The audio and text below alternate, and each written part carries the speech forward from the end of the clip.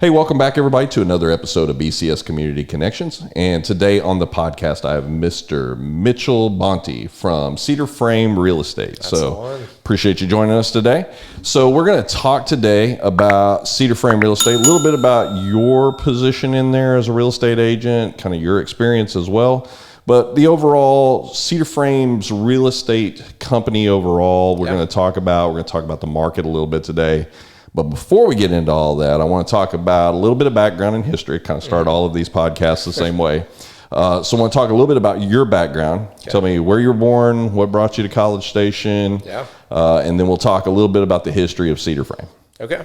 Yeah, so first of all, thank you so much for having me. Sure. It's a great opportunity, but I was born in South Africa. My dad's South African, mom's American. She was a missionary over to South Africa, met my dad. He swore he'd never move from his home country. Then they had me, and everything changed. They decided America would be a much better place to raise me, and I'm very glad they did. Yeah. America has been good to me, and I'm very glad to be here. But, so College Station, what brought you into College Station? Yeah, when y'all moved here to the United States, it was not to College Station. No, it's Houston, Okay. And that's originally where I'm from. Until obviously, as you know, 90% of people come into College Station as college students. I was one of those people. Yep. So came in as a freshman, had no idea that I'd be here after college. Honestly, until probably the summer before my senior year, where I started thinking about staying here in town and doing this. But yeah, Dallas, San Antonio were always on my radar of places to be, find a company that I enjoy. And, you start looking at College Station as a place to live and raise a family. And it's actually, I think, one of the best places in Texas, which makes it one of the best places in the nation. Yeah, absolutely. I will tell you, before we got started, I was like, what's your background in? Because, I mean, in talking to you and just having a conversation pre-show, I was like, oh, man, this kid's going to be communication, marketing, something like that. And you're like, no, it's finance, right? Yeah. And most people don't look at College Station as the finance capital of the world when they graduate out, that this is going to end up being the landing spot. You really assumed you would probably end up being like in a metro area. Exactly. Working for a big firm, probably somewhere. Yep. So you come out of college, you just graduated. Just graduated a week ago, Yeah. So again, you were telling me like, I was reading the bio and everything, and I'm going, oh man, this is like December graduation. You're like, no, like a couple of days ago, I just graduated. So, but you were interning for Cedar Frame, for about the last year, roughly. Yeah. You pulled the trigger and decided, this is where I'm going to stay. This is where I'm going to commit to. So tell me what it was with Cedar Frame that kind of became the lock-in point for you. Like, you've got your finance degree at this point. I'm sure at some point you're going through there and you're already kind of weighing your options out as to where can I land here? Where, what are some of the companies, especially in the finance world, you've got a lot of those folks that are like the big five, where they're like, these are places that I'm looking to land. But you then end up starting your internship here in was it the start of your senior year or the end of your junior year? Summer before junior year. Yeah. Summer before senior year. Yeah. So you start in there interning. Tell me what that looked like. Yeah, so I had an internship lined up with ConocoPhillips down in Houston. Okay. I was working their real estate department, and then COVID came around and got a phone call. That's been canceled. Thanks, but no thanks. Exactly, yeah. So it left me in a position of what the heck do I do with my summer? And real estate had really always been on the back of my mind, and had my license since senior year of high school. I went to HireAggies.com. Hold on, let me stop you for a second. Did you say you had your license since your senior year of high school? Yep, got it. Well, I started classes the month that I graduated high school, so that summer after. Wow. Yeah. There's not too many high school kids that are going to sit there and, hey, by the way, I've got my real estate license going to go. So, but that was inspired by what? Because at that point, you're not at Cedar Frame. So what was it that kind of drove that? I had no idea Cedar Frame was the thing. Kind of what drove that, I grew up with my parents renovating and renting out homes, and I knew eventually in life I'd want to end up there. Sure. All throughout middle school, I sold candy to my classmates. High school, bought and sold bicycles on Craigslist. Did all sorts of things where I was just kind of wheeling and dealing, and sales was on my radar. Money? Exactly. Yeah. So I was kind of looking at things. I was like, you know what, real estate might be a career that I want to explore. So let's go get my real estate license. So entrepreneurship really kind of runs deep in the blood. Yeah. Seeing that from your parents, which your parents came here and your mom and dad were. Yeah, my dad started out as an apprentice electrician, making $10 an hour, and then, call it 5 or 7 years after that, was able to start his own business. Mom was kind of alongside him in that, doing the, office work. Yep. They're still rolling with it, but also doing real estate on the side. So they're renovating houses, doing things like that. Yep. So this has kind of, to an extent, been in your blood for a long time. Yeah, for a while. And you've been like knee deep in the back end of watching your family kind of grow this business as well that they've done. So you intern in, your internship gets canceled in Houston. Tell me how Cedar Frame comes into focus for you. Yeah, I went to hireaggies.com, and they were one of 2 places hiring. And at the time, they were hiring for like an intern role that they had advertised as 10 hours a week. The pay wasn't the best, but it was like, I'm already paying rent in College Station. Yeah, this will work. I'll find something on the side to suffice. And so I applied. In my interview, they had let me know. They realized I had my license. They're like, oh, we might be able to like start giving you leads as you intern and kind of transition into that role. And that actually happened 1 week into my role. Within the first week, there was a lead that came in, and they needed somebody to go do the showing and represent the clients. Kind of threw me in the deep end in a way, but also with my hand being held in a way of my broker being able to review everything I was doing, and landed that deal, and everything just kind of snowballed after that. So let's talk a little bit about the history of Cedar Frame for people who aren't familiar with it. I know Doak and his crew over there kind of head that up, and it's his brokerage. But let's talk a little bit about its history, like how it came to be. You found out about it, like you said, through hireaggies.com, and we were talking, off air. We were talking about the Aggie Network and kind of how those things kind of work. It's a real thing. People who, if you're not from here or you're listening to this somewhere, you're maybe not an Aggie, realizing the benefit at the backside of when you leave college, at the fact that there is this support network that is, and it's not just local. Yeah. It without fail, probably every single vacation I've been on, I'm usually wearing some A&M gear somewhere, including the middle of Austin, Texas, if I have to.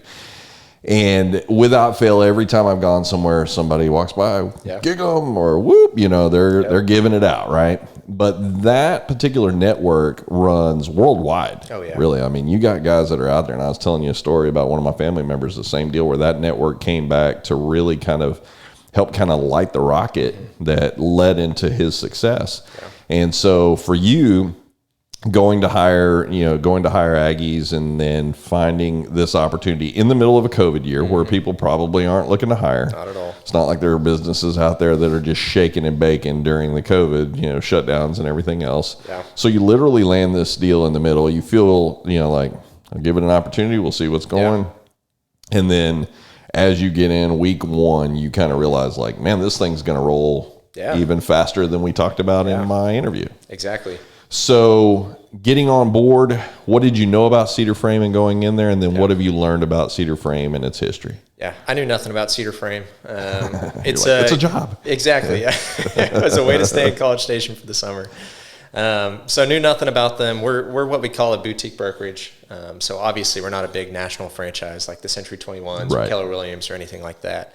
We're local, we're small. And because of that, I didn't know anything. But they hire me on. Week 1, I learned that I'm with amazing people that value their employees, value their agents, create a pathway for agents to be successful, and also have a staff that is, it's just a really great team environment where everybody works together and everybody wants everybody to be successful. Yeah. It's great.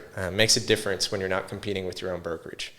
But I kind of joined them on that first week, land that deal, that lands, that ends up, leading to more deals for the summer, see that there's a way to make a living doing this. And, within that first month, I honestly just, the idea, the thrill of getting a deal going, making a sale was really just exciting. And because of that, that's what kind of got my wheels turning of, okay, this is something, I potentially want to do full time. So when I start looking into that and start, potentially, like I was telling you, looking into other jobs, what would I be doing there? I realized, like, where I'm at right now, with Jennifer Duncan and Doak Duncan being, the heads of Cedar Frame, really people that, inspire me and push me to, do great things, be successful, and build a team environment that as I mentioned, just contributes to everybody's success. I saw, a team that I could grow in, people that are going to help me thrive, connections that are going to be able to be made, and really, it was a no-brainer in the end of things of whether or not I wanted to stay with the brokerage, whether or not I wanted to stay within this role. Too many things lined up perfectly for me to go elsewhere. Yeah. And I'm so glad I've made that decision. Well, and what's really interesting in talking about, you were talking about your terminology was the boutique brokerage, right? Mm-hmm. Like it's not the national brand. It's kind of almost locally grown, home-based owned, And while it does branch out in some other towns, because I was telling you, like when you go to the site, you'll see it's Bryan College Station, it's Giddings, and it's Brenham. You get a little bit further into the site, and you can see there's other locations where there are either agents that are positioned in those areas or that cover those areas as well too. So there's a pretty good swatch that Cedar Frame covers. And that has agents available for people that are in there. So a lot of the times, just because you may hear Cedar Frame in College Station or Bryan College Station area, it's not just all inclusive and confined there. Yeah. You have other agents that also work those outer skirts of the, we'll refer to it as regionalized, right? I mean, because really, I told you I saw something on there about Port O'Connor. I'm like, how goes that far down there? And you're like, well, yeah, here's kind of how this works. And so in the process of working for a boutique real estate agent or brokerage, let's talk about the pluses over, when I was telling you again, prior to us coming on air, that I know a lot of folks that are in the real estate market. Most of them are in those bigger brokerages, national brand brokerages. And we were kind of talking off air, kind of what those guys have to, the hurdles, I guess, is probably a good example of what they have to go through marketing wise. They get the backing of maybe a national name brand image behind them. Yeah. But to an extent as well, too, that's kind of it. These other with limitations. We'll be more than happy to rent you a spot. Yeah. You pay for your business cards. You do all these other things. And you were saying in Cedar Frame, kind of what you were describing in the beginning here of it being more of a team base. Everybody wants to see everybody succeed. Yeah. You also have a support behind the scenes that allows you more flexibility to be more customer focused. Yeah. Yeah, so we've got a full marketing staff, which makes it so easy for me to pitch myself to people that are trying to list their home, or even with buyers. It makes it easy for the snowball to roll even more because my name's getting out there. Pretty flyers are being made. All these important documents are organized in a way that's easy to understand, and they're pushed out on Facebook and everything. So we've got two full marketing staff members. Another thing behind the scenes, we've got 2 full-time transaction coordinators, so they get to deal with a lot of the day-to-day, communicating back and forth with the title company, scheduling all these certain things. As a result, that allows me to be so much more available to my clients. It allows me to be out in the field trying to get deals going, but also allows me to give the attention that's needed for a client to feel valued. And it allows me to be available for those clients when they call me at 6:00 on a Wednesday afternoon. I'm not so caught up in doing all these other things, posting to social media, running ads, creating flyers, all these things that Cedar Frame's team is doing behind the scenes and is getting paid to do. Meanwhile, I'm out here getting to do, generating business and getting to do the things that, I really crave to do. Yeah. I mean, if you're a real estate agent, you're sitting there talking about focusing on what's important, which is the client, right? But in these other firms where we're talking about, like, you get the name brand behind you as a backing, you have to do all of the marketing work. You have to be the driving force behind getting your name out there. What you describe is almost like it's almost like a second tier of support that even in some cases, when some agents get overly busy, they will go out and they will hire somebody that handles, the incoming calls and kind of becomes their administrative side, right? Yeah. And really that support is given to you by Cedar Frame to where it allows you the flexibility, as you're describing, to be able to be more on call, more transitional with your customer. Because, listen, if you've been doing this for a while, you're going to have typically at any given point more than one deal going. Right? And so that's if you can create the atmosphere with your customer, with your client, I know it's terrible. I know. Half a dozen this way. So if you could create the feeling with your client that they're it, like they're your only client, then you really achieved a mark as a real estate agent that is making that a more personalized feel. I've done my job well. Yeah, not the idea of going, well, I'd love to, but I'm going to be over here. I'm going to be doing this. I've got to do this. I've got this showing here. And those are all real problems for a real estate agent that's in the market. But the idea that you have a support mechanism up underneath you allows you to then be able to say, okay, I'll get you the comps for the area.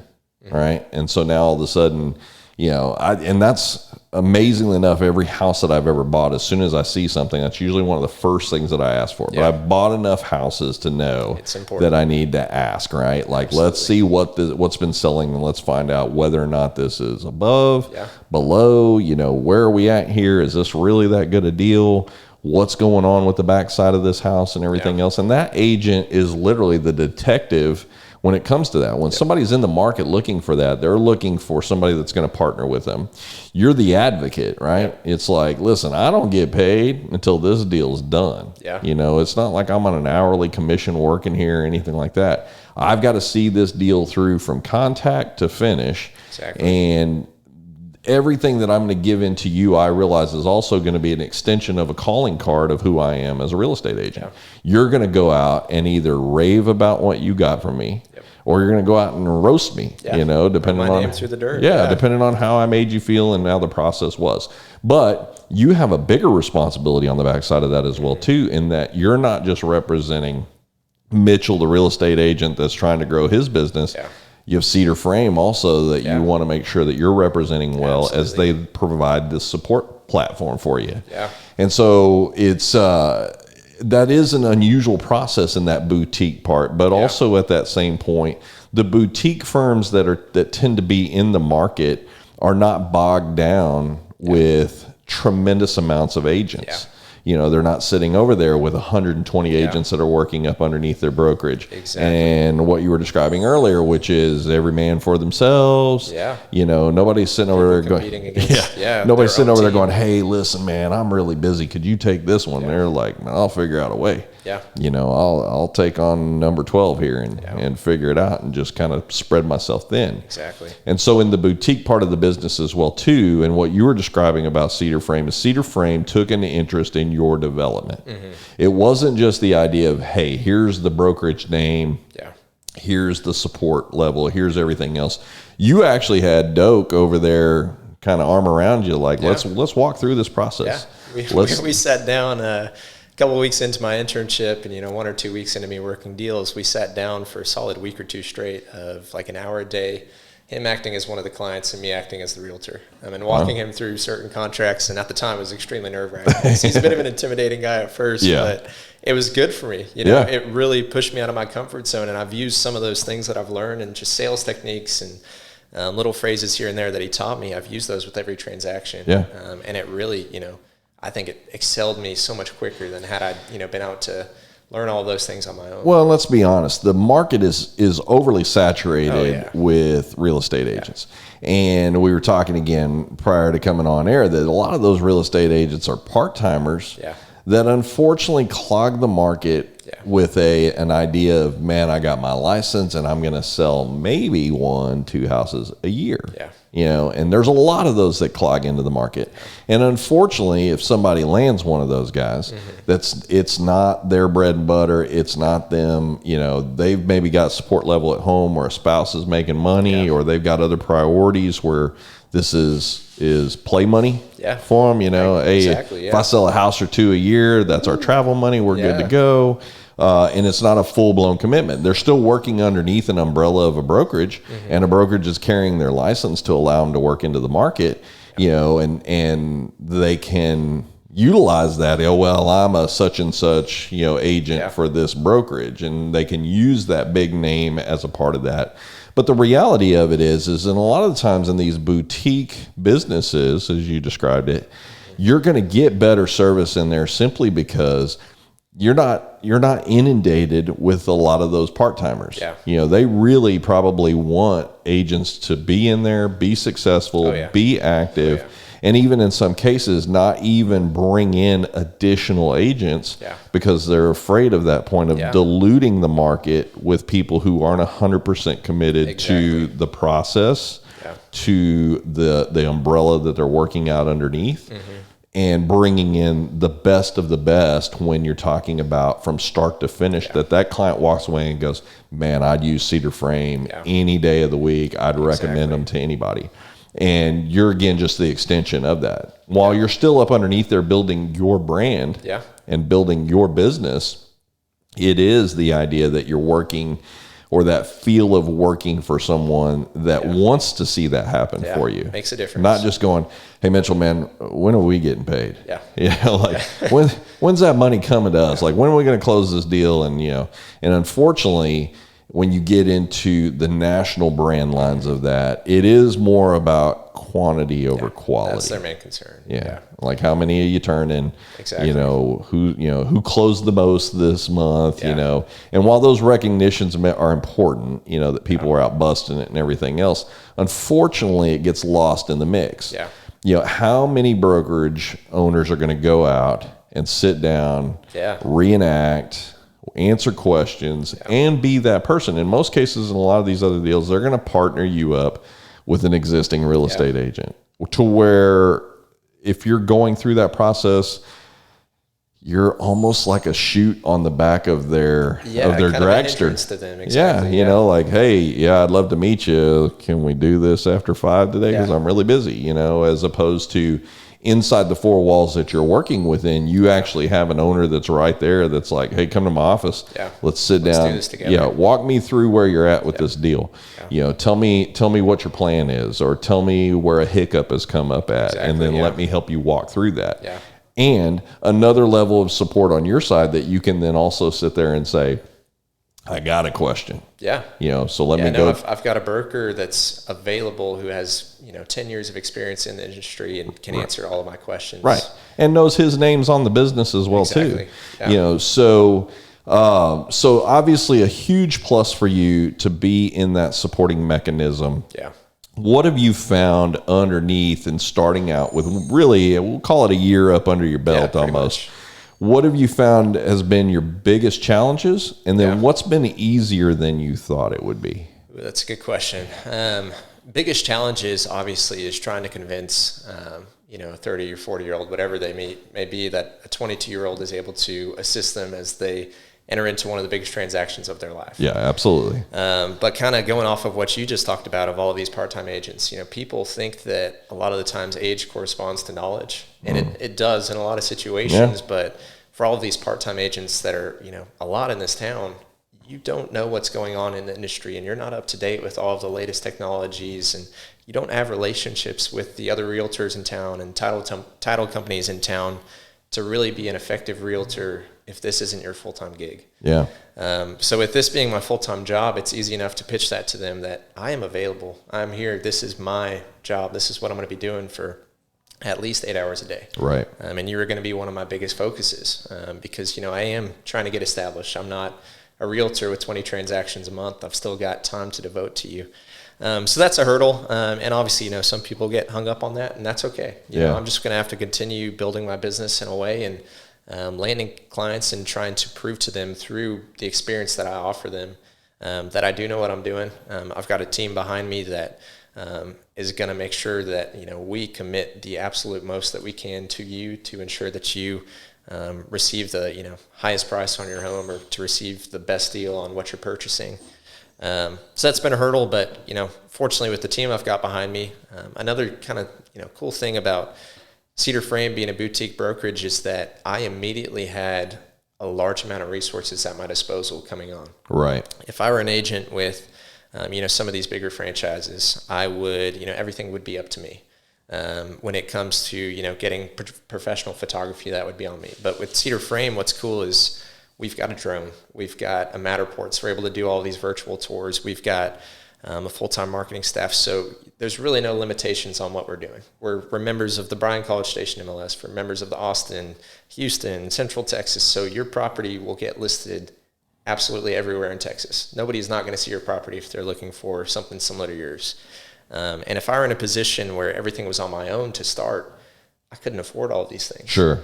But with the team that I've got, I can. So because of that, a lot of those initial hurdles that I think a lot of other agents at different brokerages would experience, I fortunately haven't had to. Well, I think about this. If you were with one of the national brokers and you had started in a COVID year. Oh, yeah.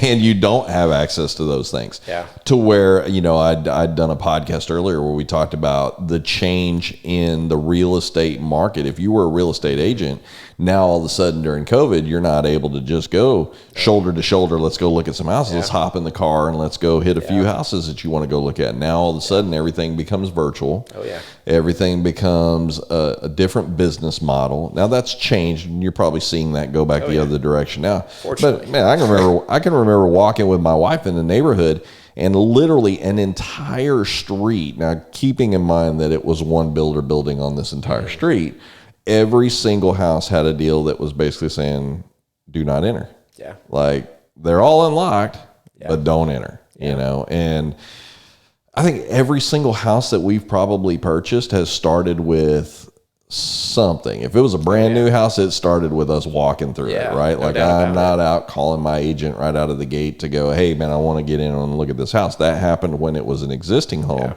which there were very few of those. But now all of a sudden when you're in a COVID market and you're starting out as a brand new agent, this really kind of becomes an avenue of, I would imagine that COVID probably washed out a lot, especially those ones that weren't necessarily supported on the back end, where they're selling the one or two houses a year. They're keeping their license active so they can say they're a realtor.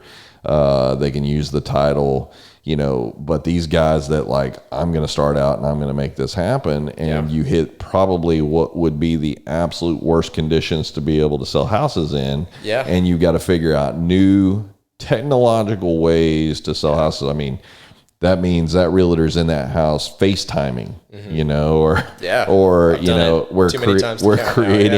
we're creating virtual tours that we can make available for you. You talked about Matterport being an important avenue there where you can literally go in, but a Matterport camera, this ain't like, let me run down to Best Buy and get a Matterport camera, right? I mean, so you having a brokerage again that then gives that support to you to go, "Hey, listen, I'd like to try and get this one house, shot up underneath here where I feel like this one will show well with a Matterport, walkthrough as opposed to a virtual walkthrough." Some cheesy video that I've made on my iPhone. I mean, listen, man, like I got $100,000 home. You're probably not going out and going, "Let me get a drone and fly this over your house and make it look good." But if I've got a $750,000 home with an acreage on it and things like that, now all of a sudden that drone footage becomes important. It kind of sets that tone, especially when that customer can't get on site or there's not an ability for them to walk through there. So the return to normalcy probably helps as well too. But you weathered that on your first year in, literally in the worst possible year to probably try and launch to be one. You say worst possible year, and there were some conditions that I think everybody was just kind of like, "What the heck do we do with this?" But people didn't stop buying and selling homes. It just continued to go on and on and on. I think there was, a month or two there where we saw a decline at the start of things. So it's like, what is going to happen with this economy? What are interest rates going to do? This world's going to end. Am I ever going to have a job? It's so many unknowns. But then people realize like this economy is actually like crazy right now. Like now is a good time to sell, and then interest rates were down, so now's a good time to buy, and that train has not stopped going. Right. But no, there were definitely some hurdles, and I think we're fortunate living in Texas and doing business in a smaller town. I think the ramifications of COVID, we haven't felt them as much as some of these other bigger cities like Houston. Well, there's always been a conversation about College Station in general kind of being in its own bubble, right? That it kind of it has its own gravitational, force field that kind of keeps everything else away. Exactly. And still manages to work. But also during COVID, like you were saying earlier, like people were, maybe they're getting laid off. So now all of a sudden I've got to go move for another job or whatever, those houses still have to go somewhere. Yeah. You know, so whether it's the good, bad, or ugly that a house hits the market, we were talking about people who got to spend months in their own home looking at walls and rooms and, you know, going, oh, man, I could probably do a little work in here. And then when everything kind of came back into clarity, they've had a chance to work on some pet projects around the house to revamp that back up. Now, all of a sudden, they come back into it. Okay, well, you know, I'm still employed. You know, business is starting to rebound. Maybe it is time for us to look at, you know, another home or, you know, refinancing our current home or our current situation, which maybe we can pull money out and use that in investment properties or something along those lines. For a market like this, you know, being a smaller town, you have a lot of people from Houston that are realizing, oh, I'm working from home and have no signs of having to go back to the office. Let's move out to College Station where we went to college and, you know, love life. Yeah. Let's get away from the traffic and the hustle and bustle. So I'm going to ask a question, and I don't know how well you'll answer this with 1 year in, but I'm going to ask it anyway. So if I'm in the market that I'm not committed to a real estate firm or an agent, what questions should I be asking as a consumer of the agency or the agent itself that would clarify, am I with the right place? Am I with the right person? What are some of those questions that you think that those customers really should be asking of you or of Cedar Frame when they come in to look for a place to land? Ask us every and any question, and you're going to realize quickly what realtors know their stuff and what realtors don't. Main question, like we mentioned earlier, are you a full-time agent or are you part-time? Yeah, I think that's a huge value, because imagine the idea that you just ask a generalized question of how long have you been in the real estate business? Well, I've been in 25 years. And you go, oh, wow, you've been in 25 years? One transaction. Exactly. Like, well, my license has been active for 25 years. But maybe that follow-up question is, how many houses did you transact on last year, whether selling or buying? You know, so that you kind of can put those numbers together. I think, you know, people who aren't familiar with the real estate industry in general will look at something and even most people can figure out like 1 to 2 houses in a year. Am I going to list my house with you as an agent that you're going to be my homeowners that aren't involved in real estate have to deal with. They sell homes twice a year. And super scary too, because am I going to trust that this person has the drive to sell my home and to get that value of it? And especially if I'm looking in a situation where I'm in between. Maybe I'm building a home or I'm looking to move to a new location and I need my home sold in a particular amount of time. You know, I can communicate that to my real estate agent and I can trust that my real estate agent hears that date that I need. But if your transaction log looks like you can count it on one hand, then you're probably not my guy or my girl if I'm pressed up against time. And the last thing I want to do is partner myself up with somebody who doesn't get me the value for what my home really should be worth because they're just not doing the due diligence on the backside. And so, you know, I think that's really a critical piece for most people to hear is don't just take amount of years in the business as, oh, well, if you got 20 years, then you should know everything. Because that may be 20 years of not a whole lot of, you know, it may be toe in the water kind of deal for 20 years. So, and then in your world, if they can come in and you say, hey, listen, man, I've been in the market for a year, but let me tell you what I've seen. Let me tell you how many transactions I've closed on. You know, I was just by researching your background. And, you know, I told you, I try to do as much research as I can before we sit down. And I'm like, man, you did a good job. Yeah. I'm like, dude, you just closed on 195 acres. And you're kind of like, yeah, I did. Like, where's that at? Are you on the MLS? Did you find this out? You know, so I try to do that research on the backside in everything that I do, not just for a podcast, but if I'm, you know, like you said, a home for most people is going to be their largest investment. I mean, 9.5 times out of 10. There might be a couple other things that'll circumvent that. If you have a kid, that might be your biggest investment, but you know, that's essentially going to be where you're going to end up spending your most money. And if you're already in that field where you have something, then it's also potentially your biggest asset. And so you want to make sure that you're pulling the value back out of that if you're deciding to reallocate that somewhere else. And so having an agent that understands the market, understands the value, and then also is steadfast enough to not be, you need an agent that's not going to be emotional. Right? Like, here's where we're at. Here's where the market's at. if you're selling a home right now, dude, like right now, I mean, we were talking about this is going to air in July, and we're recording this here towards the end of May. But I mean, if the market is still the same come July, if you're selling a home right now, man, you are. It's going to be an exciting time. There's no such thing as I bought it for this, I sold it for this. It's I bought it for this, and I upsold it for this. Because the market is just dictating that drive right now. Absolutely.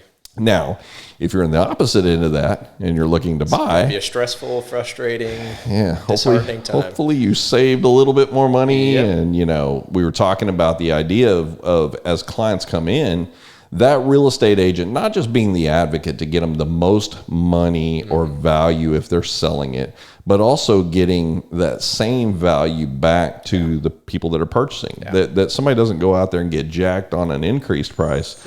That the comps don't dictate that. The area doesn't dictate that. But man, desperate times, desperate measures, man. I got to be at my job starting, 3 weeks, and I need this house, and need is driven by emotion. Right? So a real estate agent kind of understands, like, I'm going to step back and take the emotion out of this, and I really want to be the true, sound voice that may be a concern. And it's a stressful time frame to go through the process of buying or selling a house. Doesn't matter which side of the coin you're on. So for you, in talking about the current real estate market, I noticed, and I didn't discuss this with you in the pre-show, so put you on the spot here. I noticed it on the website. Y'all do a series of Mortgage 101. That you're in the middle of. Right? I got to video a couple of those videos. I saw them, but this is a good spot, especially for clients who are, maybe their first time into the market. Maybe it's been a long time since they've been in the market to buy or sell a home. And for you to be able to go in, you have these broken down into real short, quick clips where it talks about things like pre-approval processes, what to look for, when should you, when shouldn't you. I mean, they're good, quick little avenues in that, again, Cedar Frame is invested in. Put you in front of the camera on. Was this a part of your internship? Like, you got to do this as a part of this was all just voluntary, and I like it. It's just a cool opportunity. Yeah, I like it. I mean, I clicked on a few of them and started watching, and I'm sitting there going, this is, good information. I'm like, how much information can really be in a 1-minute video?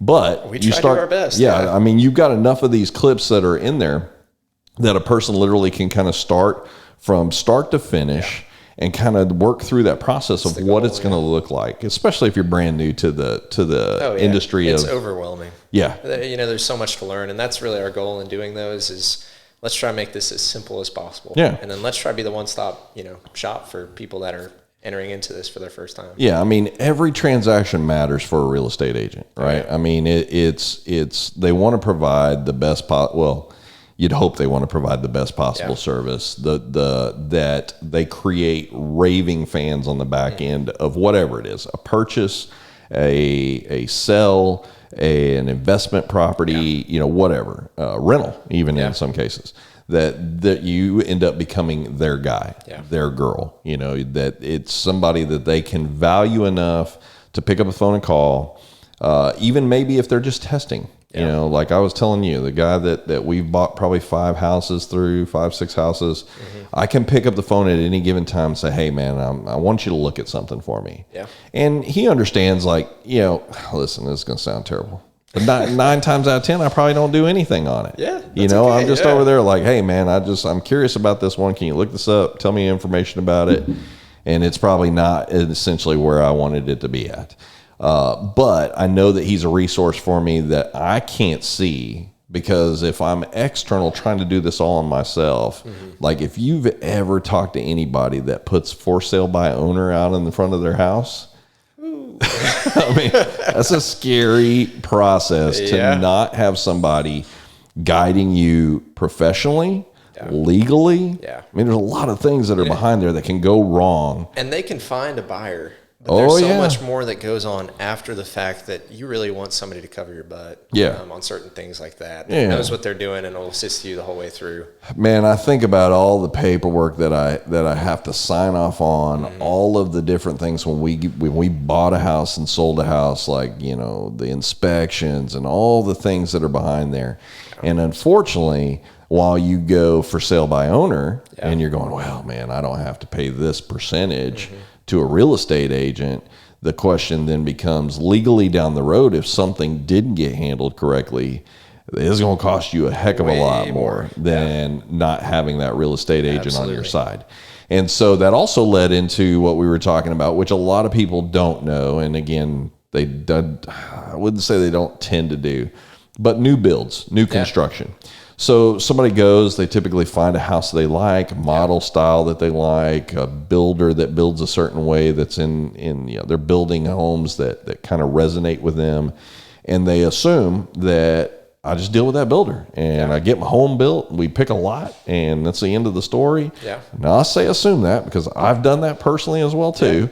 But I've also gone through enough transactions. I feel pretty comfortable in knowing everything that needed to happen in that process from all the other homes that I'd bought, that I didn't get shortcutted on anything. Yeah. And I also went with a very reputable builder that had a good relationship with people in town, as opposed to, hey man, this is my first home build. I'll be more than happy to build something for you. And then, things get skipped, shortcuts, things that you don't see in the build process. And so again, this is also where an agent can come in and help through this process. It's not necessarily, I think a lot of people look at an agent being brought into a new build as one more level of problems. Like, this is, the builder's going to tell you, man, this is just going to create more issues for us, more communication things that have to go backward and forward, where I can just directly communicate to you and we can get this done. And I can save you X percent that you're going to pay this real estate agent and we'll put it back into your house and we'll do it as upgrades. Yeah. And then you didn't pick the reputable builder. Nope. You didn't pick somebody that is of the highest moral character. And one of the things that's really interesting in that network, we talk about the Aggie network being a very real thing. The real estate agent network is a very real deal also. People know, like, hey, here's somebody you probably want to stay away from. Yeah. Let me tell you here, like, I'm not supposed to be opinionated in this deal. I'm supposed to help you, but let's go with facts. Yeah. So same deal for brokerages. Brokerages are out there to sit there and say, like, listen, we got an agent for you that can handle this in this process. We're just going to tell you, here's what we're going to do. Yeah. We're going to provide you with this competent agent that's going to be able to walk you through the process here. That agent then is going to be a little bit more forthright with their client, because again, you don't want to be the one that puts them up into somebody who's doing shady work. Not at all. And then they walk away and go, gosh dang, man, Mitchell just like hung me out to dry with this guy. And this guy is terrible. I mean, he's got a terrible reputation around town. But all that gets talked about. I mean, from everything from builders who are subbing work out, if you're a builder here in town, you can't find local subs, there's a problem. Yeah, you've got an issue. Yeah. But real estate agents are going to hear and know those stories as well too. And so again, they're going to be, you may see something you really like. Yeah. And externally it may look all great. Walking through a house, it may look fine. Yeah. But that agent also is probably going to sit there and be a little bit more competent on the idea of like, can you put us in contact with the last 3 people that you built houses for so that we can reach out to them for a referral? Yep. And a reference? Exactly. Yep. And if they're sitting there going, that was the worst experience ever, bam. Real estate agent has earned their money right there alone by doing the due diligence of let's get a little bit of some feedback from people who don't have a dog in this fight, as opposed to the builder who's going to tell you how great their products are and we use top end materials and everything else that they know that a potential home buyer is wanting to hear. So again, but you also have all these agents that are around you who have that relational status, that know other real estate agents, they know of builders. They have a relationship with builders and know what they're building, know what's coming in the future. Yeah, they go to luncheons, business luncheons, things where they can interact with people. They go to training, seminars, all of these things to keep themselves up to speed with what to look for in all of these transactions. So again, it's really like hiring a professional on your side who, I think the one thing that's important also about that full-time real estate agent, and you touched on it just briefly earlier, and I want to come back around to it, which was the training and learning never stops. Oh man, yeah. When you think you know everything, you're going to end up on something you don't. Yeah. And I've experienced it every single transaction. I'm running into a different hurdle that I'm having to learn. Yeah. But and then you run into those same ones, transaction later, and it's nothing. Yeah. Because I've been through it. But if you're a part-time and, with each transaction, there's 5 hurdles you're having to jump through. Right.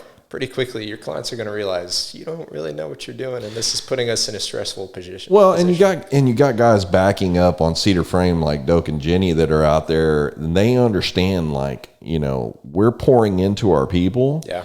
Because we make better real estate agents over pouring in some of our experiences. Like, let me tell you about a time where you're almost to where I was in this particular transaction. Yeah. Let me tell you how this thing went or how it could have gone. And so the ability to have those, let's reel in some Star Wars fans here. Those Yodas that are in the industry to be able to guide you, to guide you through this process and show you some of the pitfalls that you may not necessarily see being a new agent. Yeah. Or, the experience that they, because in the same way that those real estate agents are all having conversations with each other and they're communicating back and forth about the experiences that they're having either with other real estate agents, other brokerages, other builders. Yeah. It really is the same thing amongst those brokerages. Those brokerage owners are having those same conversations amongst other brokerage owners. And so they want, again, to be able to pour back in to develop agents that represent their business well. Yep. They understand that they may be developing the next broker. They may be pouring in and looking at somebody and they can sit there and go, this is going to be a short-lived career with them here. That this person is on a trajectory that is going to be well above where I was at, year 1, year 2, year 3. And then they can kind of understand that. But they're also planting a seed somewhere down the road. Let's hypothetically say Mitchell is at Cedar Frame and 3 years down the road, Mitchell's like, got my brokerage license, man, I'm going to go do this thing on my own and see how this is going to work.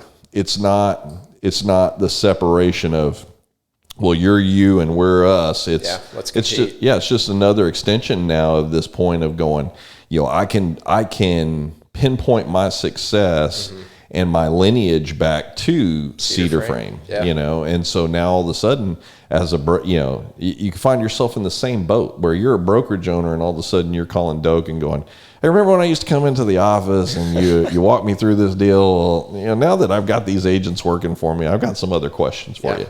And it looks completely different. It's a completely different learning lesson that he's able, again, to continue to pour into because you're still the extension of that family. You're still the extension of building those relationships inside of the overall real estate industry here in town.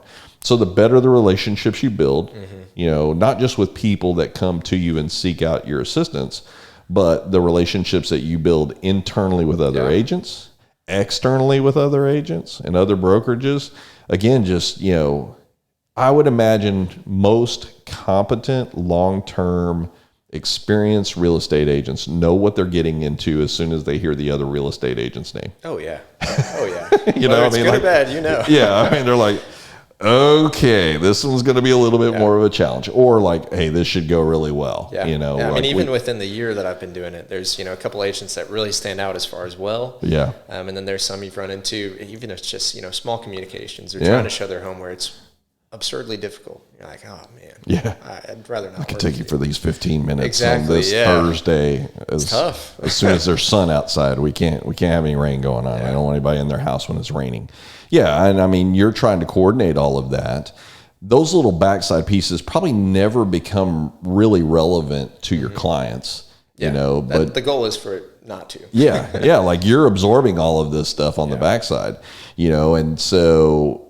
But you're also absorbing it. You're wearing all these different hats between scheduling, between communication, between negotiation, all these things back and forth that you want it to seem seamless, but then when that agent doesn't pick up their phone, they don't return those emails and you've made an offer or let's write up an offer and let's send it, submit it in. And that the clock is ticking on this house, that there's, and then that agent kind of takes their time getting back to you a little bit. And maybe their client never knows that. Oh yeah, I meant to tell you, man, we had an offer on Saturday and here we are on Wednesday. Like, hey, by the way, we took an offer. We just didn't pull it out of MLS and, list it as a pending right now and, that kind of stuff. So you're like, over here chasing a ghost. Yeah. You know, so your clients think they found their dream home and are going to land it, you know, no matter what, but it's not even a possibility because it's already been accepted. So let's talk about services offered at Cedar Frame. If I'm coming in, you know, we obviously know buying and selling a home is going to be a reason somebody's going to show up at Cedar Frame's doorstep. What other services can you use Cedar Frame for? You know, a lot of people have come to me recently, you know, a lot of people that are inexperienced in the Bryan College Station area, but they've heard that it's a great place to own an investment property because there's such high demand, you know, with all the college students in town, your place is always going to be rented out. Right. So they come to me having no idea what the offer or what the area is like, what neighborhoods that you should be attracted to, which ones should you stay away from.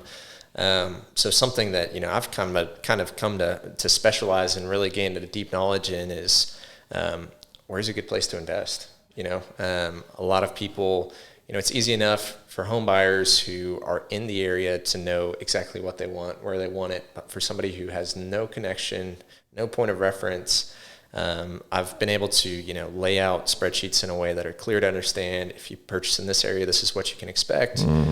This is the average rent. This is the average appreciation rate. This is, you know, how many people are renting it out so quickly and all of these different things. So that's one of the areas we specialize in. Another area, you know, a large portion of what we do is land transactions. And a lot of the time people have these large tracts of land and have no idea what to do with them. Well, you can take a 100-acre piece of land and sell it for $7,000 an acre, or you could split that 100 acres up into 5 20-acre tracts and sell it for $15,000 an acre. We specialize in being able to look at the lay of the land, divide it up for you. We have connections with surveyors that are able to get out there, get it all parceled out, and then we come up with a game plan for you to get the most dollar out of your land. So that's one of the many things we do. Or knowing about future developments or things that may butt up around that. You know, tract of land that, hey, there's a developer that's planning on coming in and doing this. They may be interested in that tract of land. So, you know, I'm fortunate with Doak and Jennifer being the owners of Cedar Frame. They've got a lot of connections in the area. They have the inside track on some of these certain things. But, you know, on top of that, you know, as any good brokerage would or any good realtor would, we have connections with some of the best lenders in town. We have connections with some great insurance companies, you know. We bring a lot of business into certain title companies, so they prioritize us. And as a result, you know, there's so many factors that lead to a successful transaction that closes on time, that's seamless, that, you know, is the least stressful possible situation for our clients. And we really do what we can at Cedar Frame to ensure that we surround ourselves with the best possible people, the best possible vendors, best possible, you know, insurance, title, lending, for the all-around experience for our clients to truly be, you know, next to none. Well, and I think, again, you talked about some pieces of value there. Probably the one piece of value that I can think of in home purchases was my real estate agent's connection to the title company. I think that's really it's like overlooked. One of those places that you really don't understand how important that is until you've bought multiple homes. You know, because if you as the purchaser, I can pick whatever title company I want. You know, I'm not committed to one or the other.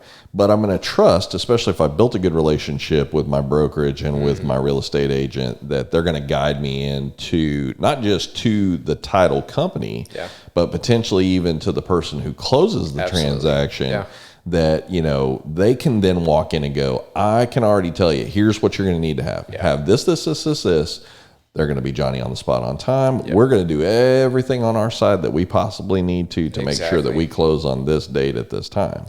I can't control what's going on the other side. I'm going to push on the other side to make sure they're in the same page as we are. Doesn't always work out. But we'll do what we can to make sure it does. I mean, it's frustrating because you can only control so many things within your wheel well that you're responsible for as the agent and as the brokerage. The brokerage can lean in a little bit that, you know, if you're kind of stuck up on something here where you don't feel like that agent is really working on the backside with you, then you can kind of lean into your brokerage a little bit, who can then lean into their brokerage a little bit to kind of swing a little bit. And hopefully those relationships, again, are good enough that it doesn't really require this headbutting of the group, because ideally the best transactions are, like you said, the ones that your clients never know any of the problems on the backside. They literally saw it as one smooth, seamless transaction. Yeah, this is easy. Yeah, and it never is. They didn't see you making 15 phone calls on the day before close to make sure that everything was all in place, and the insurance was here, and the title company's ready to go, and we've got all the financing good, and we've got this letter in, and we've got these documents signed, and these are initialed. Yeah. All those magic pieces that have to be in place just to sit down at the title company's table. Yeah. And that they're going to be ready with all the documents that they need to seamlessly kind of make that go through. And so, but that agent also, as a purchaser, as a seller, you also understand that point of your agent can help you. Mm-hmm. But agents are also bound under a lot of laws and under regulations. I think there's a lot of things that people don't realize. Like, you can't legally, you're working with a client. You were talking earlier about people who don't know the area. Yeah. A real estate agent can't go, oh man, you want to stay away from that area because that really sucks. I mean, there's bad things that happen over there, but what an agent can do, like you said earlier, is they can put the documentation together. Oh, yeah. I can present the facts. Yeah. Here's the crime rate facts. Exactly. Here's these things to push that, again, that knowledge down to the client and not sit there and weigh. I think the one thing that most agents are understood of is that they can't let their opinion drive the advice. Absolutely. Right? Like, I can let the facts drive the advice.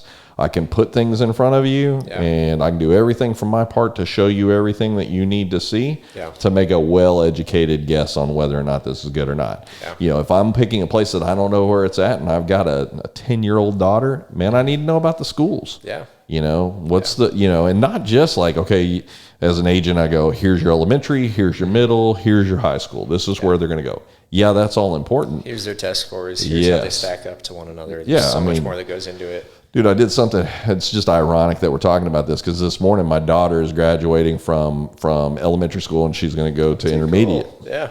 And so I'm looking up, like, I didn't even know like what time intermediate school starts, And so she was asking me, she goes, Daddy, when do I start school next year?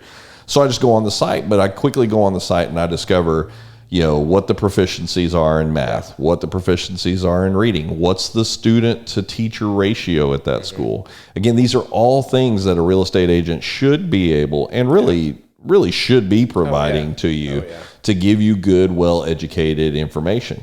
Now, maybe I'm a teacher, maybe I'm relocating in and I get that ability to be able to move my kid as I need to because of that structure of being a teacher. But if I'm not, I'm committed to this school. If I move into the area, it's not like I get to sit there. I have two choices: this school, private school. Yeah.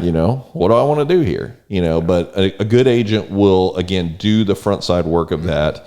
And again, they may have their own personal opinion outside over a beer. Yeah. Not with their client though. They're going to sit there and go, here's the information I can give you. Yep. And, I've put several of these together based on several of the houses that you've asked me to look at. And here's the documentation behind those. Take them home, look at them. I've highlighted some stuff that you probably want to find as important information in your decision-making here. Yeah.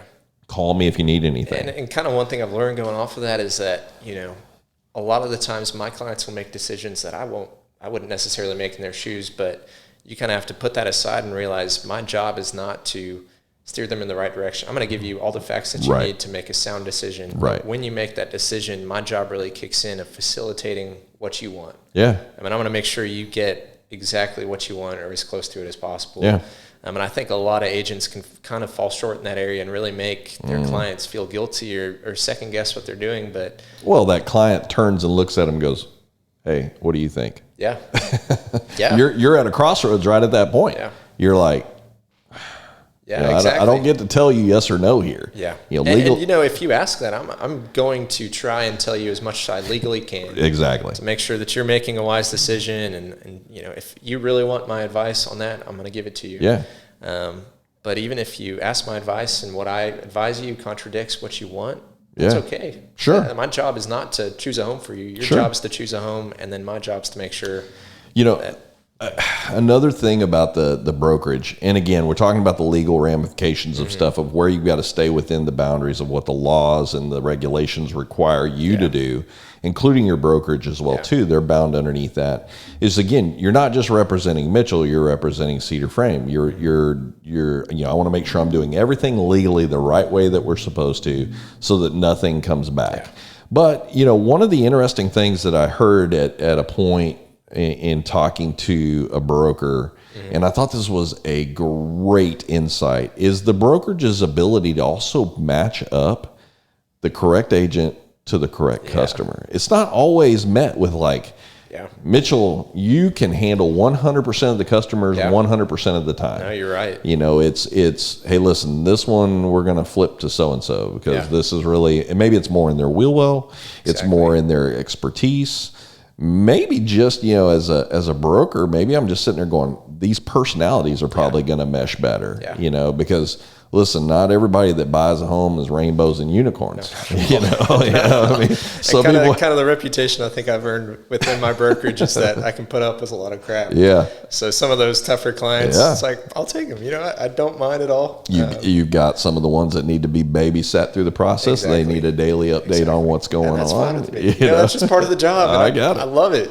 I got it, man. The more experienced ones are kind of like, this one's Mitchell's over here. Let's get. I don't know that my patience level is going to run that deep. I will take it. But a good broker will be able to identify that as well too. Yeah. And a smart agent will also be able to go back to that broker and sit down and go, listen, I've got a client right now that we probably need to have a discussion about. Yeah. And on the backside, that conversation happens where that broker can advise that situation. Whether that's here's how I would approach it, or whether it's let's put Sally on this instead. Let's I'll sit down with the client, we'll bring them in and have a conversation, to where it's not the idea of going, listen, Mitchell, this is just way above your pay grade here, you ain't gonna be able to handle this. It's let me work this from the backside. A good broker is a great, man, they're great at a lot of things. They're a great politician. They have mediator. They have a great way to be able to interject in and communicate the whys, the why nots, and be able to facilitate the best, again, because they're in the market also to have that agent successful. But also that client, again, they want that raving fan. A smart real estate agent will not always handle 100% of their clients. A smart real estate agent will be able to see that there's going to be some differences in this equation. Maybe haven't hit them yet, but I can tell this is going to come at this point.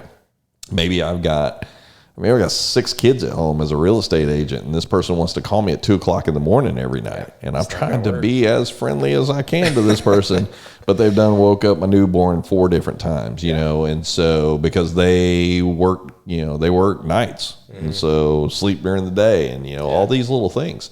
And so the idea that a broker can also mitigate that by also interjecting without seeming like they're interjecting, but also being able to mitigate the potential pitfall down the road that may exist. And again, these are all things that people don't think about until they're knee deep in a process of doing it and realizing that, like, hey, listen, man, this guy, just him, my wife, me, we just kind of doesn't feel right, doesn't jive well, you know. And so that can work all different ways. It can work from broker down, it can work from real estate agent over, it can work from buyer seller back the other direction. There's nothing that says I got to use you as my real estate agent. And there's also nothing that says I got to use the broker, you know. So everybody has a choice in the matter, but the ability for there to be this constant ebb and flow of feel and knowing how that transaction's going and not having a real estate agent that's like, man, I will drag this mule across the line until it's done, and being able to kind of step back, humble themselves a little bit and just go, I'm going to need some help with this one. And something that's cool kind of going off of that is the idea that our brokerage is kind of unique in the sense that we're not allowed as agents to represent both sides. So a lot of agents in this market especially can represent both the buyer and seller, which is a really tough job because it's hard to have both the seller and buyer's interests in mind when you're negotiating. So when it comes to partnering up, a lot of the times we have listings and we have unrepresented buyers come along, And kind of like you mentioned, our broker does a really good job of, she gets to hear out the situation. She gets to hear what are these buyers like? Who am I going to put on this job? And as a result, we do that, and we avoid a lot of, potentially legal, questionable situations of integrity, conflicts of interest, integrity. It's almost impossible to do both sides. But in doing so, we avoid those. We ensure that both our sellers and buyers are being fought for. They have somebody on their side representing them. And you're also a lot of the times partnered up with an agent that's, like you mentioned, best fits your needs, best fits your stage in life, your level of demand is what we're trying to match up with, what the agent supplies. And all in all, I think it's, such a unique but beneficial thing for our brokerage, which is potentially hurts us as agents. If we have a listing and we have a buyer come along, everything within us wants that full commission. Right? They're like, I'm going to get all the percent. Yeah, but also on the flip side, it's benefited me a lot because I've gotten to represent the buyers for a lot of our more experienced agents who have more listings, and as a result, learn so much more in doing that.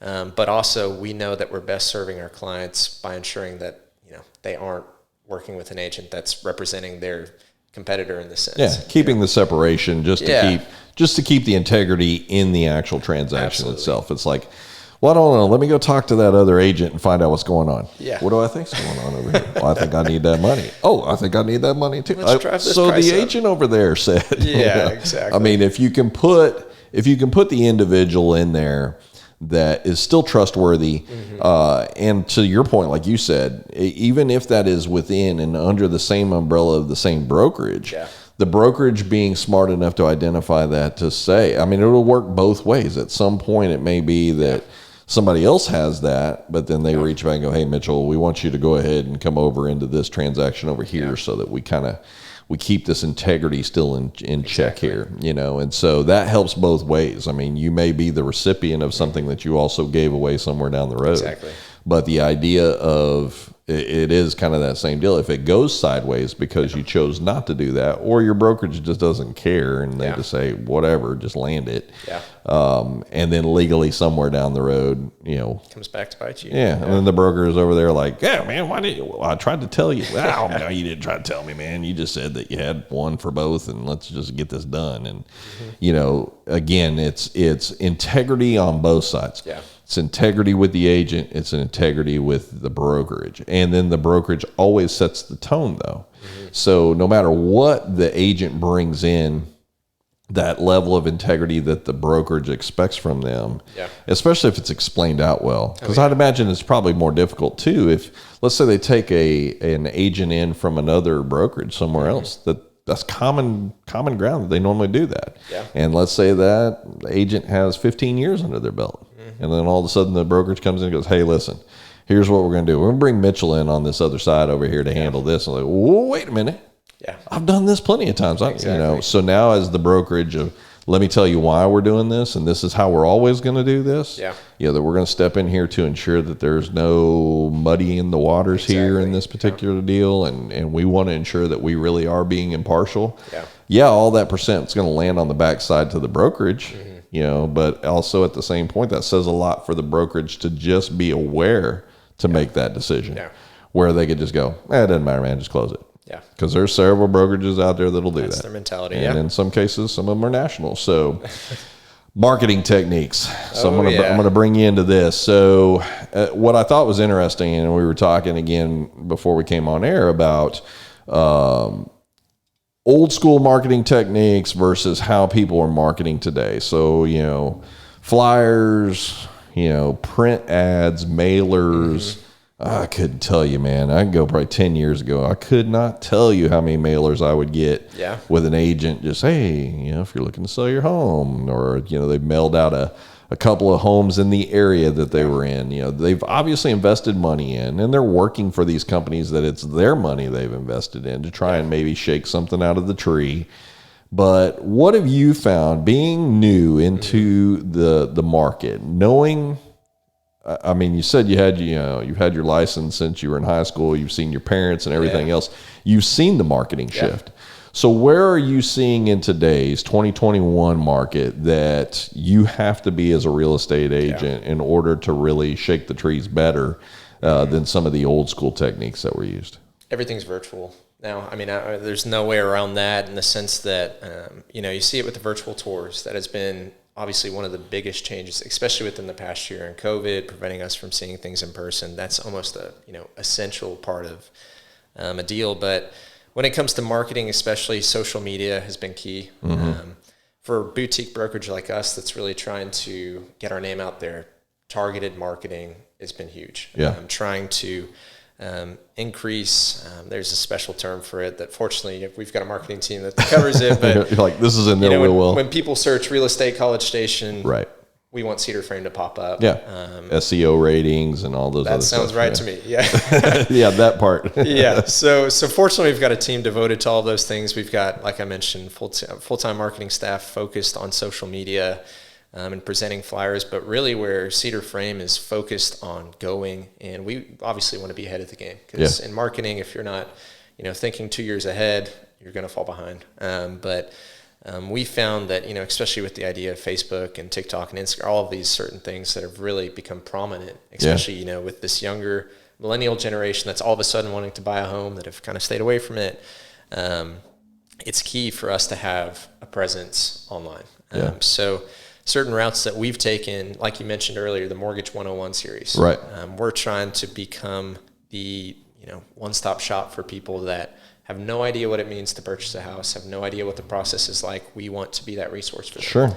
So we create videos for each of our listings. A lot of the times recently we haven't had to, because listings are selling so quickly that there's no time for us to do some of these things. But I made that virtual tour. Oh, we already got an offer. Exactly. Yeah. What was the point of that? But we're still doing them. But we've done videos for specific listings. Like some of our larger land listings, we have multiple drones that we can use to create really professionally done video work that highlights the property much better than, just a plain old photo. Sure. With that, we do, Facebook ads, all of these other things. We try to develop relationships with builders in towns. We try to develop relationships with developers in certain communities, just to make sure that there's a presence, to make sure that we're kept on the inside track of what's going on. And then, you mentioned, flyers and stuff like that. That stuff still works. Yeah. We have billboards. We have flyers that are created for every single property. We have mail outs. We, the idea of door-to-door sales, it means a ton for people to get to meet you face to face. Sure. And to be able to do that, I think also does a great job of getting our name out there. Face recognition is a big deal. So we've tried to keep as many of those old school techniques that have, they're tried and true. Business, the majority of businesses that are still in existence were built on those fundamental aspects of marketing. But while doing those things, we're trying to push forward and are really looking into, like I mentioned, just, Facebook has been a huge part of what we're doing. Giveaways, keeping people engaged with our posts, and all open these certain houses. Things. Exactly, yeah. They've all just contributed to the following that we've been able to develop, and that's really kind of the track that we're shooting for. What I think is interesting is with the tried and true stuff that we talked about, there's almost like an age range where that cuts off, right? Like that's true. You get this older range, and I don't want to put a number on there, because I'm definitely going to put myself into the older category, but those guys are the ones that, hey, honey, let's get in the car, let's go out, let's drive around, let's look in the area. They're looking around and, hey, hop out, grab a flyer. Yeah. There's one over there. And then you've got the guys that are like, listen, man, I can search an area in all of about 10 minutes and find out what's for sale, what's not for sale. I think when it comes to one of the things that I remember a real estate agent telling me one time was they were talking about, use a professional to figure out what your house is really worth, as opposed to using Zillow or Realtor.com or something along those lines. Like, just because Zillow tells you this doesn't mean that that's what it is, And so you guys also, y'all offer tools online as well to be for people to go in, input their address, and then they can answer kind of a questionnaire of some things, like what kind of amenities do you have in your house, and then based on what I would assume is really an evolving criteria of pricing, be able to get back to them and then be able to say your house is going to be valued in this range. Comps is always one of those areas, like I said earlier, like if I really want to figure out, you know, I can remember just glaring at one of my neighbors one time who we were probably going to sell our house within 4 months. Okay. We knew that there was going to be a move that was going to be happening, and my neighbor goes in and literally sells his house for $50,000 below value. Oh. And I'm like, you are killing me, Smalls. Like, you know, somebody is going to see that in a comp and think, you know, but then my real estate agent was like, listen, one doesn't really kill you. He goes, that's why we go, you know, 2 years out, year out. Mm-hmm. We kind of do this stretch so that we can see all these other ones. He goes, it's never good, you know, like it's a fire sale for a house because somebody's just going to be somewhere. Maybe their company's going to reimburse them for whatever the loss is anyway. But that also, you know, is one extra dollar amount getting added into that equation that's dropping the values of what it is that's around them. So, and then vice versa the other way. You've got somebody that maybe, you know, had a really good agent and they got top value for their deal, and then all of a sudden the comp comes around and go, oh, the house right next to me, you know, that I'm looking to buy is $450,000. Yep. They've got mine listed this. I should be able to get $450 for mine if I'm going to sell it. You know, I mean, they just kind of don't go hand in hand with each other. I think it's pretty funny. I have to be careful in my conversation here. So in the area that I live in, there was a comment that was made by a builder who said, my houses are bringing more value to everybody else's houses.